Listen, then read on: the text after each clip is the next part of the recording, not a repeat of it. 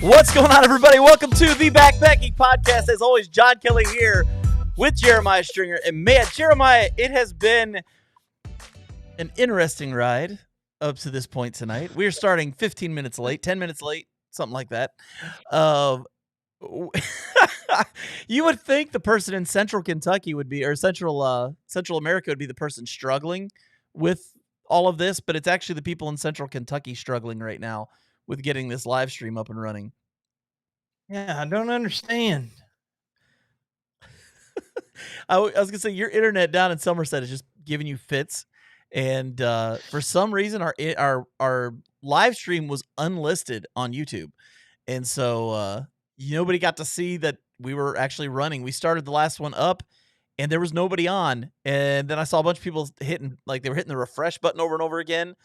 And the comments already, is Jeremiah driving again? No, it's not Jeremiah's fault this time. Also, the next question. Whoa, technical difficulties. Who's driving tonight? Man, everybody's just like. Here's the best one though. This wouldn't happen if Jeremiah sold merch and used the money he made to upgrade equipment.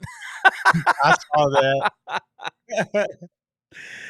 One last thing. If you happen to watch Dixie's video this week, she had an awesome video just about strange gear.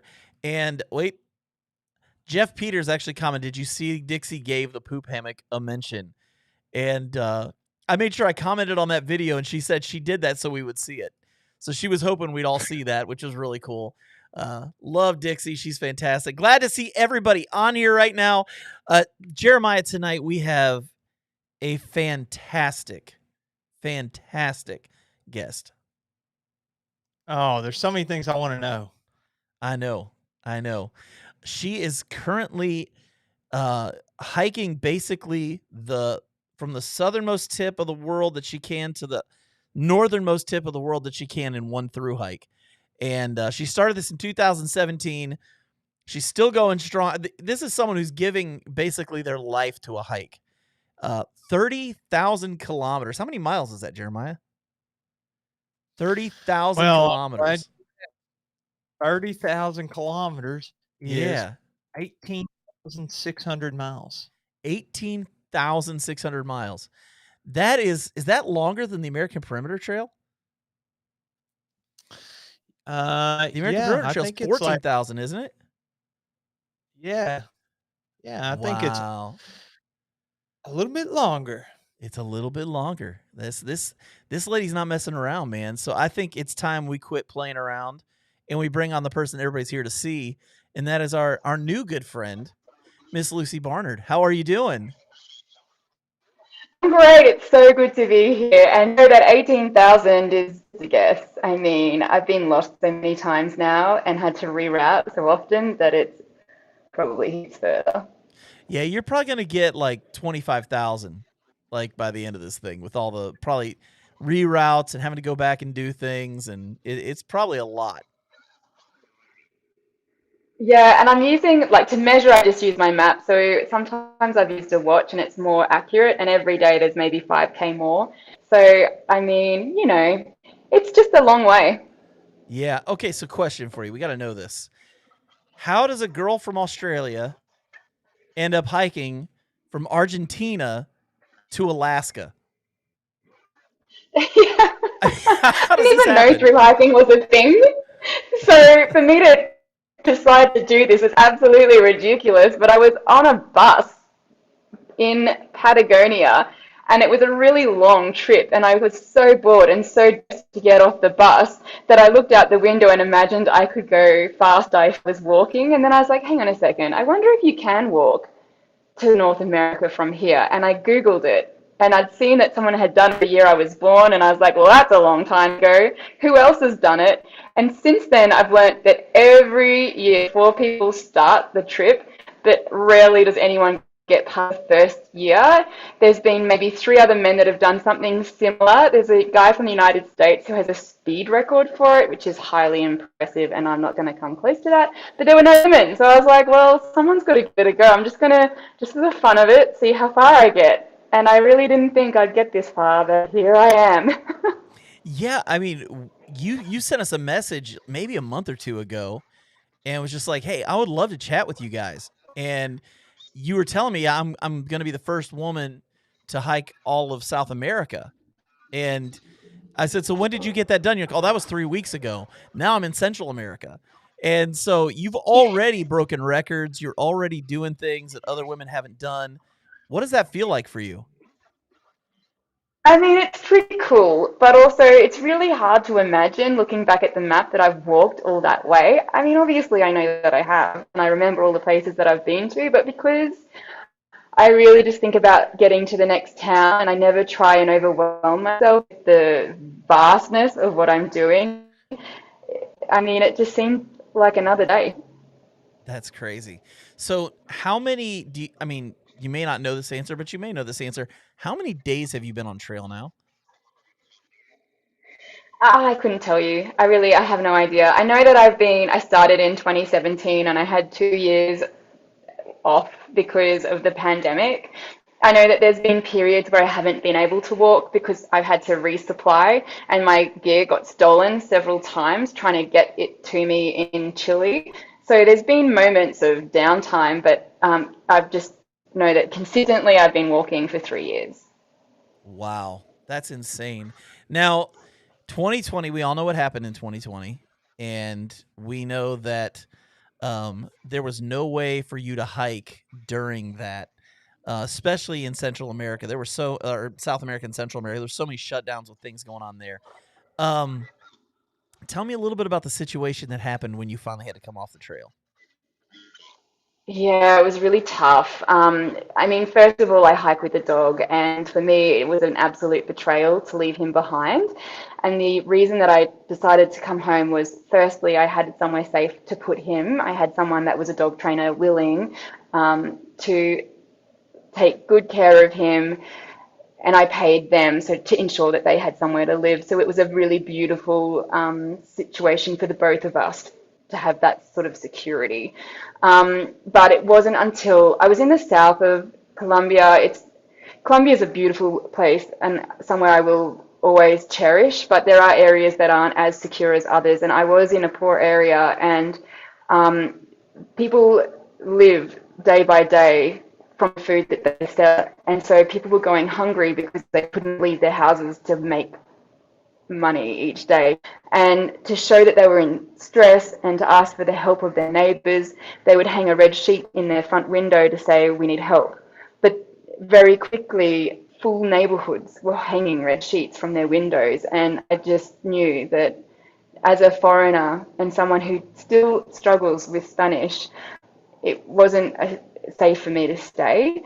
I also realized, I didn't really know how long I'd be home for. I hoped it'd only be a few months, but there was no way of knowing when I would start running into problems with visas, and that once I could move again, if I'd be able to hike all the way through Colombia because I'd only just passed in, or if I'd have to go back to Peru and wait out the year or whatever it is that I had to do. So going home was the best thing to do. Yeah, that makes sense. Now, where is home for you? I mean, I could tell by your accent, but I mean, where is home for you? I come from Brisbane in Australia, but I mean, everyone moves around a lot, so I've lived in all sorts of different places, but Australia is definitely home for me. And so when I was reading about you having to come off the trail, the issue that you were kind of dealing with was that you could only leave your room like twice a week or every other week. What was the deal with that? Yeah, so depending on what the last number of your passport was or your ID number, you could go for 3 hours directly to a supermarket or to a chemist or a doctor. And because I am clearly not Colombian, every time I left the apartment, I would be checked multiple times to see if I understood where I was going, what I was doing. And, it was a traveler's disease here. That's how they considered it. So people were really scared of me. They'd cross the street. I got kicked out of a town when I first got into Colombia by the mayor. So it By was, the you mayor know, of the town? Yeah, and it was too late. I'd already been hanging out with everyone at that point. People had been so lovely, but they're just so. And he didn't realize, and I couldn't really convey because I can't practice Spanish when I'm in the mountains in remote rural areas. There's no one to practice with, so I couldn't explain. Listen, I've been here for years, and I've just come out of the Amazon, and I have been in touch with no one. If anyone is of risk of passing on COVID to anyone, it is not me. Like, Yeah, I'm the safest person. you're not getting it from monkeys or something. Like that's not happening. No. No, but they were scared, and I understood. Like, and I think everywhere had these stories of people behaving badly and not being particularly kind to each other. So I was okay with it. Like, and the Yeah. people I was staying with, they knew what my story was, and they thought it was outrageous, and so that was all I needed, just a little bit of care and love, and I was quite comfortable. But yeah, I mean, not being able to leave, I was in a hostel in a room, and not being able to walk when I was so used to hiking. I think the most difficult thing is that at night I got restless leg syndrome, so my legs would Oh. burn. I could feel the muscles rotting off my bones. Like, Mm. it just was really uncomfortable. And I would try skipping during the day, but there's only so long you can do that. I taught Wombat, my dog, how to skip, but it was just, he'd get so frustrated, he'd chew the rope up, and it was really, it wasn't Yeah. going to last. Now, what were you able to do as far as the your dog being able to go to the bathroom? I mean, if you couldn't leave the room, I mean, was he using the bathroom then in the room? Is that what was happening? No, I snuck out. Smart move. Smart move. Really quick, and then I'd come back in, and I think the neighbors, like, I was dobbed in once for being a foreigner that was being harbored in a house, and that got sorted. And I think after that, people understood that my dog had to go to the toilet, so I didn't get dobbed in for that. But I wasn't allowed to take him up to the basketball courts and throw a ball for him. Oh yeah. Yeah, so you didn't get to play. That's rough. There's a question for Really you on hard. here, and I want to see this one. This is a friend of ours, Tuba Solo the hiker. He says, "I only have one question. What cook kit does the hiker who hikes 18,000 miles use?" Lucy's answer will settle the question for all eternity. Oh my gosh, I kind of missed some of that, but I can see it here. What cook kick? Oh no, this is going to be upsetting for many people. I can't wait to hear it. Tell us all about it. Okay, when I started, I was really inexperienced and green. So I had a pack with 30 kilos worth of rubbish in it. Like, I mean, solar panels, and I had an MSR Whisper Light and 2 bottles of fuel because I might run out and go hungry. And like, it was ridiculous. And then later I moved into gas, but you can't really buy gas easily in South America except in the Patagonia region. And then, it's really nice to be able to cook and make food. And then ultimately, I just got rid of it because it was too hard and I can't always buy food. It's not like I can have variety. I can't get dry food, freeze dried, dehydrated, anything. Really, all I can eat is rice with oil on it. Oh So wow. I quit cooking and now I just eat bread, biscuits, and a piece Wow. of fruit. So what's limiting Wow. the diet? Is it just access to food? Availability. Okay. You can get things that pack light. You can cook. I mean, I could. No, if I really wanted to, I'm sure I could make it work. But it was just an extra stress that ultimately I found I was buying dry food. And now I'm in Central America. It's not even a second thought. Of course, I'm not going to carry a kitchen because every day I'm passing shops. So I just walk to food, buy it, eat it, go. Um, when I'm in the States, I imagine that I'll go back to having like a Soto Whisper Light with a gas canister, but I'm so still learning because I've just invented all of this stuff myself because I have been like completely inexperienced. I know I've seen people on videos. I think I've seen Dixie using her mug to cook out of, but I'm like, that's how do Yeah. you put enough food in there to eat? Anyway, so Well, I mean, I'm always like, when I'm in the States, it's going to be so easy because there's going to be like these apps that tell you where the food is to buy and the trail, where the trail goes. And I'm not going to arrive in a town that's a ghost town and has been abandoned. I'm really looking forward to it. And I'm really looking forward to eating all of the food. Yeah, you're definitely gonna have better choices of food once you get up to California. That's for sure. Is that where you're gonna enter into the States? Is through California then? Are you going up the West Coast? I I really hope so, but the thing that I learned on this hike is any plan that I make is destroyed on the day one. So I would like to do the PCT, but maybe something is going to happen in Mexico and I'll end up on the wrong side of the state. I don't really know. I just would very much like to do that. I also am hiking with a dog. I don't know if he can come through there with me. So if that's the situation, then I would do the CDT. Yeah. I was gonna say that either one you're doing is a great trail. And then I think when you get to the CDT, the GDT connects right to it in Canada. And Yes, I so saw that. yeah. So you've got some options that are pretty cool for you when you get up there. Yeah, and even if I do the PCT and it doesn't connect directly to that trail, I'd probably just walk over there anyway to do it because it looks so beautiful. I mean, I'd rather walk in longer to get to beautiful places than have to gruel my way along a Yeah. road. Yeah. Well, and like you said, when you get into the States, there'll be a lot of trail magic's going to be awesome for you. Like you're going to be in heaven when you start getting trail magic, I think. I have dreams about it. I am like, I just love that there is such a good culture of hiking. Oh man. But there's magic here too. People. I'm now, so I've just passed through an area that's really considered to be quite a dangerous region. It is. It's not considered to be, it is Mhm. dangerous. And since passing through there, I'm now in a region where there's a lot of refugees who are passing through. And I just can't believe the number of people who have stopped to see if I am one, if I need help, if I need to be driven somewhere. They give me water, they give me Powerade and food that's delicious. In Panama is just the most loving culture, or at least the most outgoing loving culture I have been in yet. Every other country I've been in, there have been people who have been helpful and been willing to go above and beyond. But this is certainly far more overt. Mhm.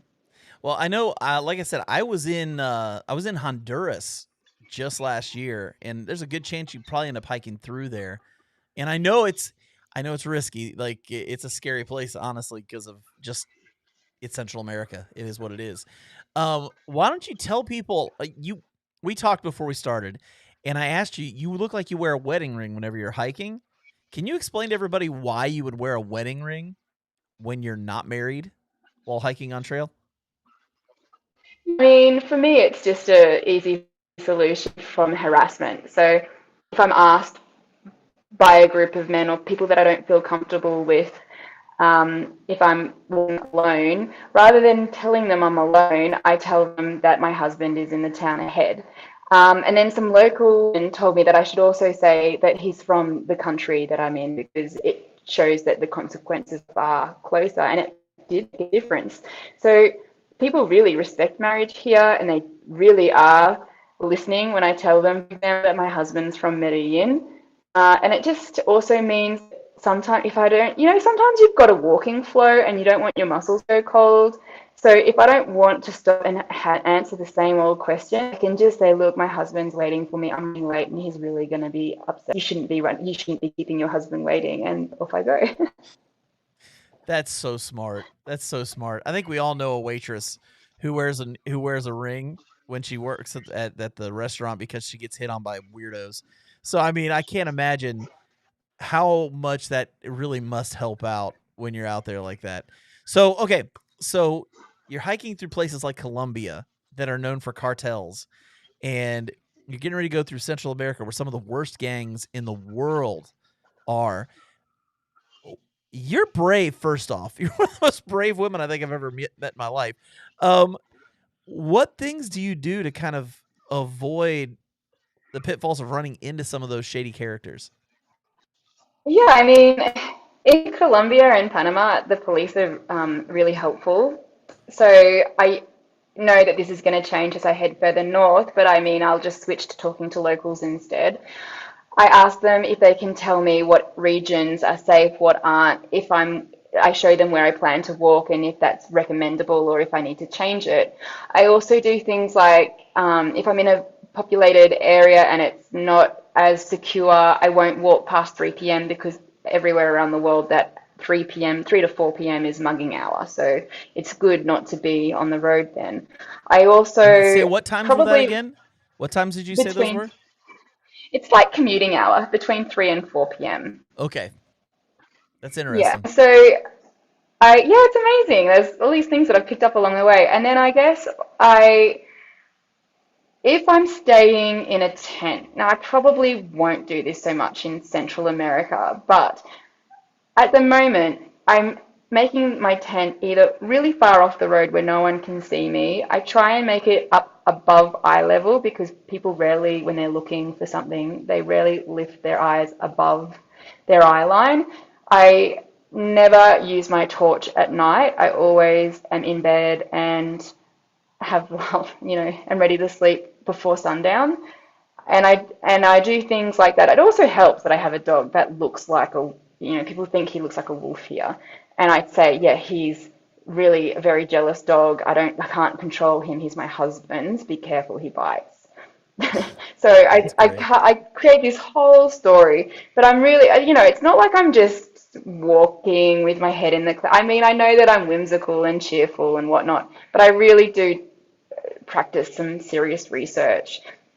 Like for example, in Mexico, every year the government releases where the hotspots are and they provide the crime rates publicly so I can have a look and analyze what the risks are to help inform which trail I follow. And there are some great trails. I use resources like the bike packing resources that people put where they show where they've run into trouble. And recently, I mean, I've had so many police escorts to make the hike safer in regions where I have to worry about armed gangs or, I mean, I wouldn't go in a area that's chockers full of gorillas because, that's assassination territory. But Right. I am always doing everything that I can as pragmatically as possible to mitigate the risk. And I don't often feel fear because I know that all of those moving parts are things that I've tried to control wherever possible to make it as secure as I can. And not to forget, people live in these areas and they don't, no harm comes to them. So it's just a matter of really understanding it from their perspective and trying to blend in. I'm not flashing around cameras or anything like. Actually, all of my equipment's defaced with tape and it looks like it's been broken and repaired, even though it's not, so that I look less enticing. Wow, that's a Smart. smart move. Uh, Yeah, they've got no brands on anything. It's been torn and cut and shaved and yeah. So Jeremiah, you're finally looking great, man. You look the best you've looked all night. I have been hogging this entire thing. Why don't you? Do you have any questions? I know you had a list of questions you wanted to ask. Why don't you take a few minutes here and I'll shut up for a little bit. Oh, you're good, man. I just want to make sure the audio is great for everybody. So I was patiently waiting for my connection to get better, but I want to go back to something that you said, and I think Doc commented on this. Converting 30 kilograms to pounds is 66 pounds, which is a really, really heavy backpack. What were the oh, she's a Hoosier commented that. Sorry. What were the main things that you ditched first that you were like, oh my gosh, why did I bring this? This is so stupid. So embarrassing. There's even a video that I made on YouTube where I'm like, someone says that my pack is heavy because I'm a girl, and I really don't think so. I think I've got it down to a fine art. And now I look at that and I'm like, oh my goodness, that's so embarrassing. Um, yeah, I mean, I had a solar panel and a battery I never used the solar panel because I was in the south of Patagonia where there's clouds, so you can't even recharge on it. And then I had this Sherpa, I was just given these things, so I felt like I really had to use them. So that was like 3 kilos gone as soon as I ditched it. But it took a long time for me to be okay with wastefully I mean, I didn't throw it out. I've given these things to people who need them. It took a long time to give myself permission to do that. I also had things like an art kit because I thought I'd have time to paint. And, you know, when you see people who go and travel and they have these beautiful journals, I've never had time to do, I'm like too exhausted for that. And I can't even imagine. I mean, I've only ever had two pair sets of clothes, so it was definitely not my clothes. That was what was originally suggested was the reason my pack was so heavy. I think I did have maybe like a pair of booties or something, like just down booties because it was minus 20. Also, I mean, yeah, it was minus 20. So I had like a really heavy tent to keep me warm, and I had a minus 20 sleeping bag, which weighed about 2 kilo. And you're going to have to help me out with the Now, was pounds. that was that minus 20 centi like Degrees centigrade Celsius. Celsius? Okay. Yeah, that's cold. -4 Negative Fahrenheit. 4. That's cold. That's Yeah, I very cold. took my hand, like I took my hand out of my glove to take a photo of the beautiful penumbra, which is like where on the horizon you can see the colors changing. Um, and it took me a few seconds to take that photo, and then it took hours for the pain in my fingers to go away. Just crazy. Yeah. It can't when That's it's cold wild. like that, it's miserable. And Do you? the wind in Patagonia, that's what gets you. It's just unrelenting. Oh, wow. I was watching some of your videos, and it seemed like you were pretty stuck on a closed cell foam pad in addition to your inflatable pad, I which totally know. there's no shame here. It's your No gear. You can shame. do whatever you want, and it's your path. So hack it however you want. I I it's just so hard because I can't see what other people do, you know? Like I've just had to work it out. It's like I'm reinventing it's just crazy. Whereas if I was walking with people who are seasoned hikers and I could observe what they're doing and maybe try for 2 weeks not having something, knowing that I could get it back. Whereas here, if you like, I can't. Like if once it's gone, it's forever gone. That would be useful. Yeah. Well, I think that it's not too bad of an idea to have that. Like a lot of backpackers will bring the closed cell foam pad just because it's extra warmth and like you're where you're hiking. It's probably not super easy to get patch kits for your inflatable pad. It probably comes with one, maybe two, and if you had to repair it, you could be screwed, and then you're stuck sleeping on that closed cell foam pad. But I think it gives you a lot of protection on the bottom of your pad. Like it makes it a lot less likely for it to pop. And at those temperatures you were talking about, I mean, that would be -4 Fahrenheit would be a super cold night. You know, if you're laying there Yeah, it and you're would. just on that closed cell foam pad, I feel like it's not warm enough. Yeah, that's why I have it. But I mean, now I'm in Central America, so it's hot. I don't have that same excuse. But certainly, it's like, I mean, I'm so reliant on travelers who are willing to drag replacement gear out to me and then find me in the middle of nowhere so that they can give me new shoes and replace whatever's been broken. So I should just trust that it'll all work out, but that foam pad is still one. I actually think like I have a car windshield now that weighs maybe a third, and I can roll it up and sit on that. And I don't know, like I'm kind of thinking of ditching the pad and using that instead.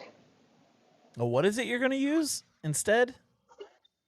You know the things that you put on the windscreen of your car to block out the sun? Oh, yeah, yeah, the with the reflectix on it? Yeah, And then I can okay. also use it for shade when it's really hot in the middle of the day.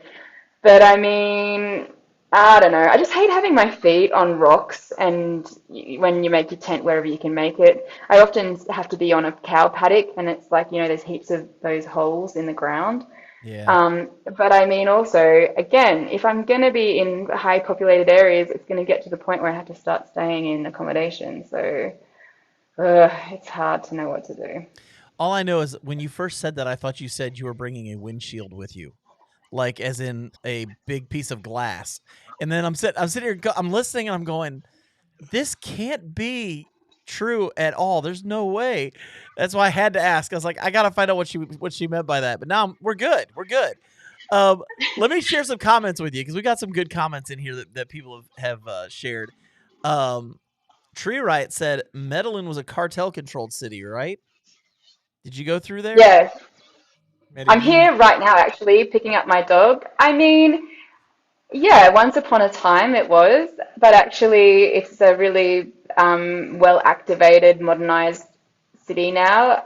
And people who are from here will say that the best thing and worst thing about Colombia is its people, but it's the few who are wrecking it.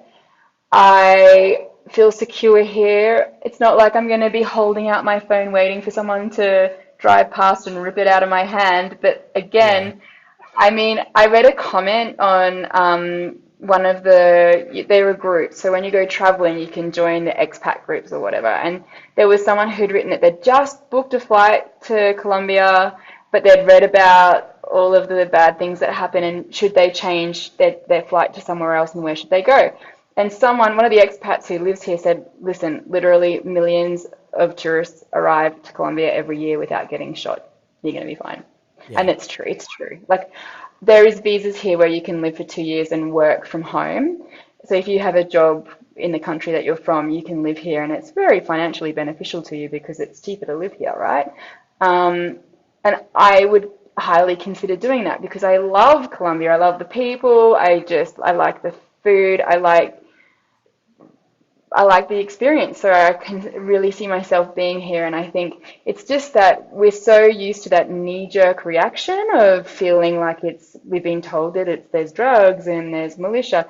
Yeah, there are places you don't go. Like it's not Medellin, but there are small areas in certain mountainous regions where Hmm. you I mean, police would probably stop you before you even got there. That's how serious it is about not going there. But there are just a few small areas, and otherwise, everyone who lives here does so, and they do so safely.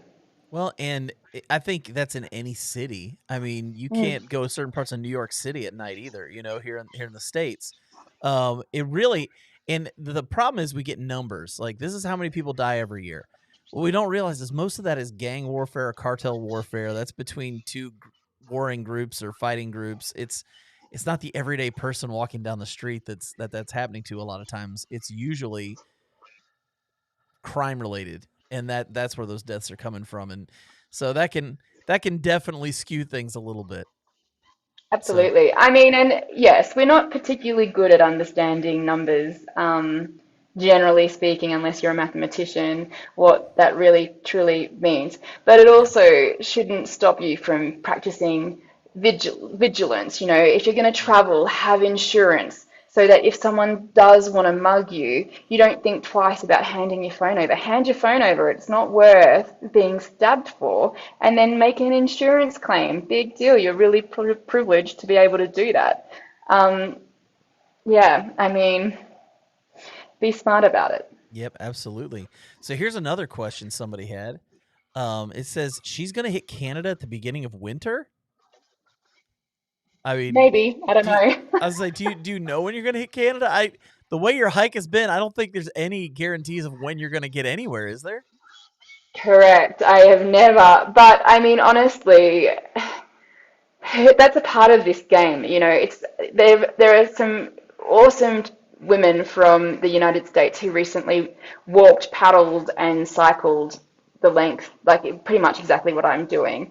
And for them, because they weren't doing consistent travel, when the weather got bad, they could go ahead and then walk back towards where they're up to. Whereas I'm doing something that's consistently moving through, and that's part of the game. Is right now I'm trying to race myself forward so I don't get hit by the monsoon season, for example. Um, but if I get there in winter, I mean, either I just have to toughen up or get back onto the road, or, I just have to be really adaptable. I mean, ultimately, when I'm hiking across to that final town, Utqiagvik in Alaska, it's going to be probably winter, so I can use the ice road, or if I am really lucky, it's still going to be very cold. Yeah. Well, and then we got one that's more of an encouragement for you than a question. And that's that Lucy will get plenty of looks at other people's gear once she gets into the US. Because I can't backpackers in the wait. US are gearheads, I especially people who hike the know. PCT, the CDT. you're gonna have people from all over the place looking for you, honestly, because I don't think you're gonna have any problem getting to see new gear. Like I said before, you're probably gonna get your hands on some great trail magic once people know you're in the area. You'll probably even get put up in houses and stuff if you need a night. I mean, just get ready. I'm looking forward to you getting the United States. It's going to be a little bit different experience than South America and Central America, I think. Me too. And I think it's going to be so frustrating that I'm going to finally learn all of these tricks and I'm going to be nearly finished. Well, That's what I mean, you're still talking thousands of miles. I mean, maybe you're almost finished in the grand scheme of things, but that's still thousands of miles you're going to be hiking. So let's end strong, with some great new gear and, you know, Yeah. And I'm not going to stop hiking either once I get to Alaska. So when this yeah. is finished, I will, there's so many wonderful places that I want to go and experience. So it will be really lovely to finally get some guidance. That's not, they say that Australians ute pack, which is a ute is like a truck in the United States, and it's kind of like we use our backpacks like a ute, and we just shove everything in that we can fit, and it's kind of and we buy things to last forever because that's just what you're told as kids. You've got the one thing that you buy now, you should have when you're a grandparent, and so Okay. Whatever works for you. That's great. it So, doesn't work though. It's like nearly killed me. I mean, honestly, I'm so glad that my pack is now much lighter than it was when I started. that's great. Jeremiah wrote down a great question about water filtering. I'm gonna let him kind of talk about that a little bit, but I am curious about some things. So go ahead, Jeremiah. Sorry. Yeah. Well, first of all, I saw that you have like a dirty water bottle, and then I saw that you were using a Steri pen and you're using a filter. I didn't catch what kind of filter you're using, but what's am I wrong on that? Yeah, I mean, I think in when I was in Argentina, like 4 years ago, a friend of mine gave me one because they were like, "I'm leaving Argentina and you need a backup." Like I had so many, it was just so bad. I had because it gets cold, so if you don't sleep with your equipment, it freezes and then the filter's ruined. So that was kind of the rationale, right? But right now I have a soya squeeze filter.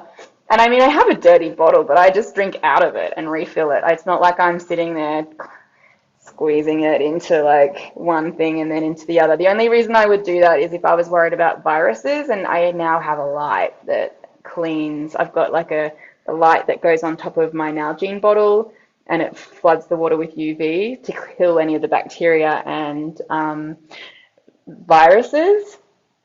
So really now the only reason I'd be using the SteriPen, which I mean the soy filter, is because the water is full of poo or mud and like who wants to drink that? So Right. yeah. That Hmm. makes a lot of sense. And I was curious also about like the water sources. Like I do a lot of backpacking in the Appalachian Mountains here in the States. And there's just a lot of creeks and rivers and that kind of stuff. Where are your main water sources as you've been walking along? Do you get it in the cities? Are there little creeks that you're hitting along the way, or just random like runoff from the rain? Or are you catching it in something overnight outside your tent? Like, how do you normally get all your water? Rivers, really. I mean, I've just walked through Panama City, and that's the first city I've ever hiked through because I will reroute and try and be more remote because I feel like that's safer in terms of human interference. Mhm. So I'll get water from rivers and clean it, or now that it's more populated, I just pick up water as I go. Or maybe people will give it to me when I pass their house. I'll ask them if I can take water from their tap, and then they're really grossed out because they're like, "You don't drink, you have to buy water here," and I'm like, "It's okay, I can clean it so long as there's no chemicals." They're probably really confused. Like, Yeah. who's this white Yeah, lady no, drinking this dirty water? and there's no way they can afford the price of the filters in these countries. It's just crazy. Yeah. That's nuts. That's nuts. Well, let me ask you this. Have you gotten sick from any water while being on this trip so far? Yes, I have, but I Well, feel like you want to save that story to the end of. Oh, that's gonna be our the story for the end. Okay.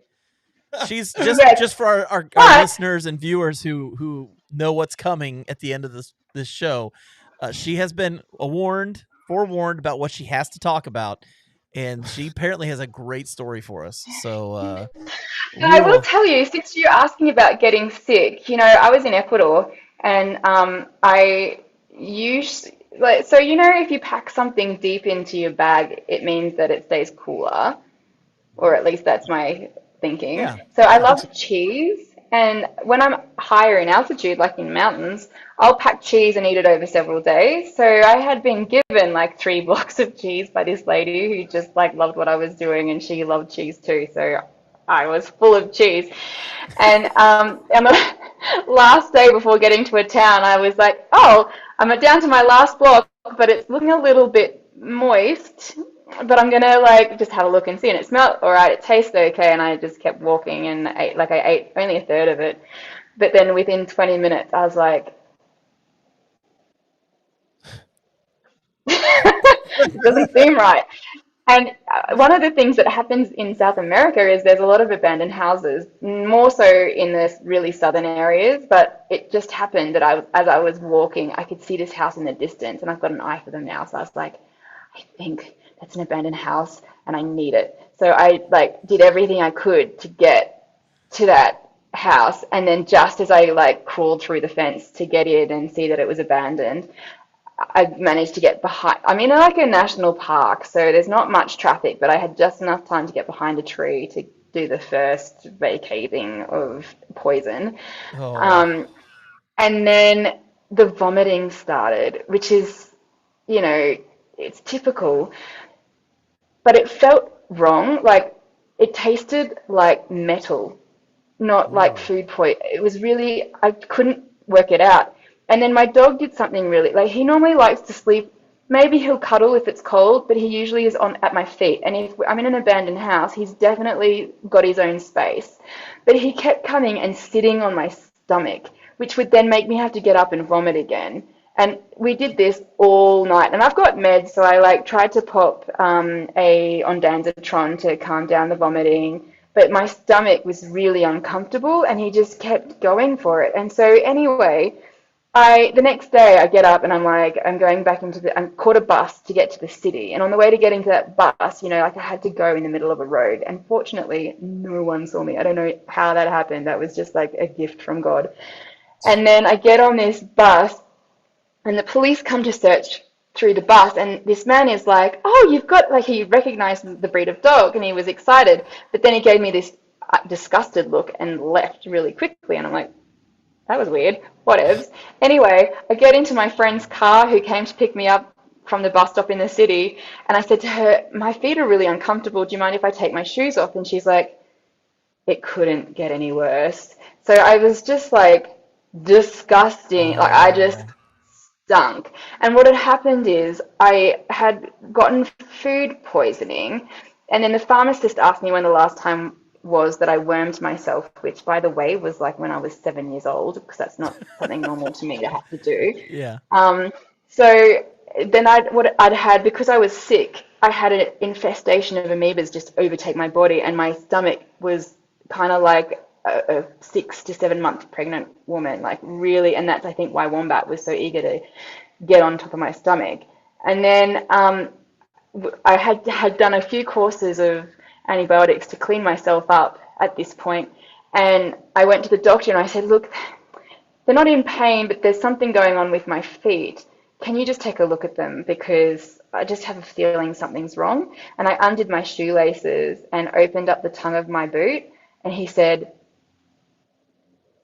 don't take your shoe off. Do your laces back up.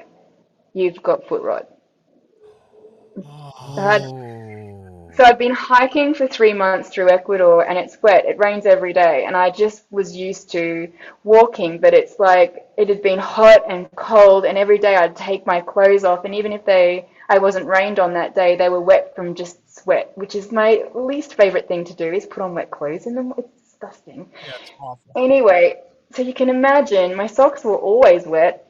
And over that period of time, I just, yeah, it was pretty, like, no big deal. It's not like the skin had broken open and it was gangrenous or anything, but Yeah. it was definitely really great that I ate the bad cheese that then gave me the amoeba infestation that then showed the doctor that I had trench foot. And really loving of my friend to let me, Oh. like, take all my clothes and leave them at the front of her house and then go and have a shower and stay. And, like, she let me sleep in, like, this beautiful bed with white sheets.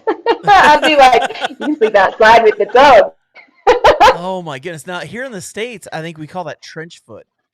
And Yeah, you do. it's so bad. I had a friend that had it, and it was awful. It was awful. So I can't imagine being in a third world country and finding that you have that. And oh my goodness. Well, I'm glad you're still hiking. Like, Oh, yeah. I mean, it was just a bad day. man. The doctor told you to lace your boot back up, and then what happened next? Oh, he wrote a prescription for an antifungal cream that I had to use, and another round of antibiotics. And then I went back and to my friend's house where I had a shower, and I had to just keep my feet dry and take some time off. Wow. Wow. That is crazy. Well, we got a few comments. People are, are enjoying the conversation right now. Let's see if I can find it. Somebody was commenting. Derek Hughes said my mate went to Colombia and said it was one of his favorite backpacking stays, Eastern Europe. So Yeah. that's Yeah, there's very. like a heap of European influence all the way right down through Argentina. In fact, Argentina has the best bread I've eaten anywhere because it's that they really they make it fresh every day, and anything isn't sold, they give it to the street dogs, and it's amazing. Wow. Steve Wright asked, "Have you talked about crossing the Darien Gap?" Just it's serious. So I really try hard um, to believe that the solution will present itself, but I don't just take the easy solution. Like you can get desperate when Oh you've got a yeah. goal. But I'm very willing to accept, I was willing to accept that perhaps that was just one section that I couldn't pass because of political reasons, and I just have to hope that people would still recognize the the record and the achievement. Yeah, that's true. Well, we got some more lighthearted stuff on here too. Um, Chris Acone, he said questionable cheese, to which Girl Plus Dog Adventures responded with, "She definitely cut the cheese." So I don't know if that's a phrase in Australia, but that's a phrase for flatulence or passing gas here in the United States. So you were probably passing, you know. I don't think we need to go any further with that. Also, we have a super chat from Jessica Holworth for $1.99. Thank you so much, Jessica, for the super chat. That's very kind of you. I'll tell you what, we are at about 56 minutes into this thing, and it is time for us to share the poop story of the night because this is something people want to know about. This is hard hitting, important journalistic work we're doing here. And so, will you share with us the story that you couldn't tell earlier? Would you share that with us right now?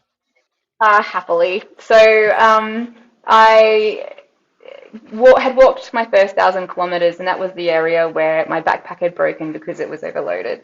And I had had boils on the back of my feet, and I was just really miserable and struggling. And in Patagonia, you can drink any water you like because it's completely crystal clean and pure. And I just met a lady, and she was saying to me, "You can definitely do this. You're gonna be the first woman." And internally, I was like, "You don't even know me. Like, I'm quitting." And she kind of, but she had made a point to say, "You need to be kind to yourself. You need to take time off and rest and recover because you're walking too far, too soon, and too many days." And she said, "Why don't you? You've got enough food. Why don't you just stop at this lake and take a day off?" So I thought, you know what? That's a good idea. I will. So I decided to try and eat everything out of my pack and have a nice time. But actually, I was using the water out of the lake, and as it turns out this is the only place where you really can't drink the water because a town nearby uses it to release all of their sewage. Oh. And And so, of course, it's the first time I've had to, like, I go to bust out of my tent as fast as possible, but it's the first time that the zip on my tent got jammed and I couldn't, get out of the tent. And by the time I'd, like, opened it and run to get somewhere, who cares, no one's around, but I started to pull my pants down and completely filled my underwear. Oh. Oh Oh, man. no. So I had to waddle down to the water to wash myself off, and I didn't know at this point the paper and the wind snatches it from my hands and it just goes sailing like for never to be seen again. So I'm just having to use like bits of my like spare clothes to try and get myself clean and walkable.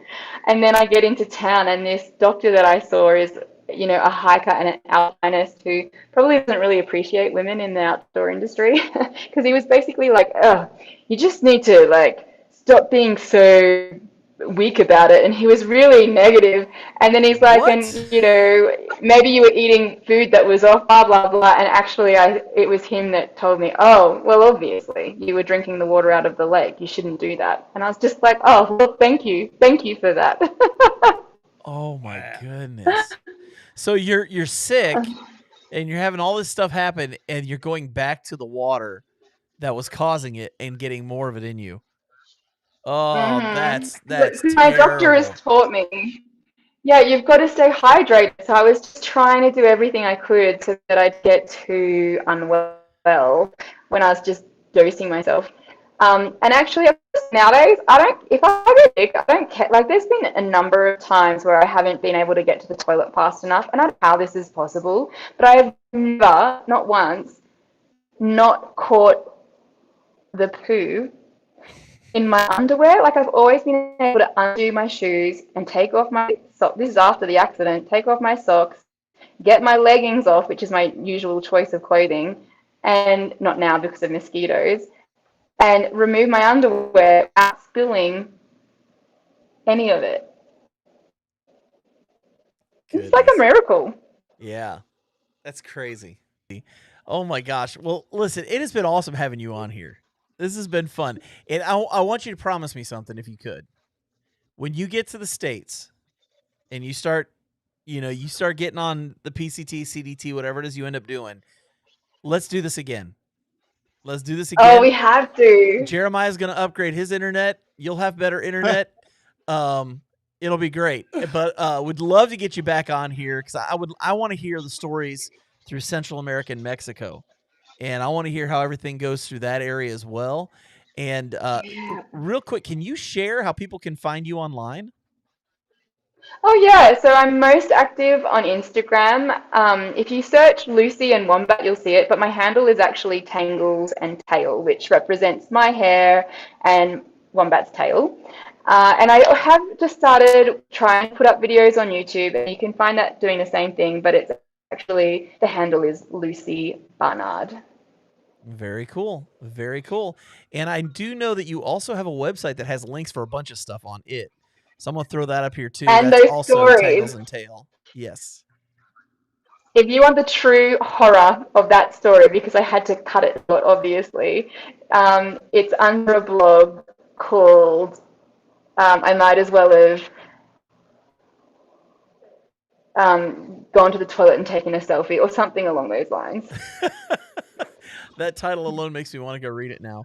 Well, either way, It's a thank goodie. you so much for being on tonight. If you'll just hang out in the green room for just a couple minutes, we'll come back and chat with you in just a second.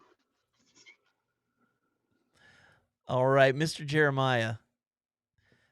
What a story. What a night, man. This has been an adventure. This has probably been the most adventurous live stream we've ever had. I feel bad that you didn't get as much time to talk this time. Yeah. There's so many things I still want to ask, so I definitely want to have her back on. Absolutely. Absolutely. So, Jeremiah, we missed you. I was kind of depressed all night. Yeah, you'll have to put me on my misery on this one, man. I don't know what the deal is. Well, here's the thing. Here's the thing. Everybody knows that you're the personality of this podcast, and so not having you here, just there was an empty place in my heart tonight. But you know what? We're gonna get you back on here, obviously next week. So we've got a really interesting guest coming up in a couple weeks. Next week, I think is going to be maybe a Q&A night or something like that. But the week after, we actually have a doctor who works with Scratch Labs, um, and it's a sports drink company that provides hydration tools for people, and she's going to share a lot of really interesting information. She was part of the Outdoor Vitals 100-mile challenge, and I'm part of that, and I got to watch her talk about some things, and she was super fascinating with the stuff that she knew, and I think it's going to be a good conversation that week. But Jeremiah, when are you going backpacking again? I think here in a couple weekends. Nice. I'm going out Thursday night. It's been a minute since I've gotten to go, so I'm really excited. But I cannot wait until there's a time when you and I can get back out on a trail and hang out because it's been a minute. Yeah, we should see if we can make it happen in May. We need to make it happen. We got to do it before you take off for Europe for your big trip. Oh, yeah, starting the Camino June 1st. Oh, I cannot wait to see those videos and hear all about it, man. So for myself and for Jeremiah, thank you all for sticking with us tonight. It's been a crazy, crazy ride. So thank you to everyone who stuck around. We love you guys. We'll catch you on the next one. See you.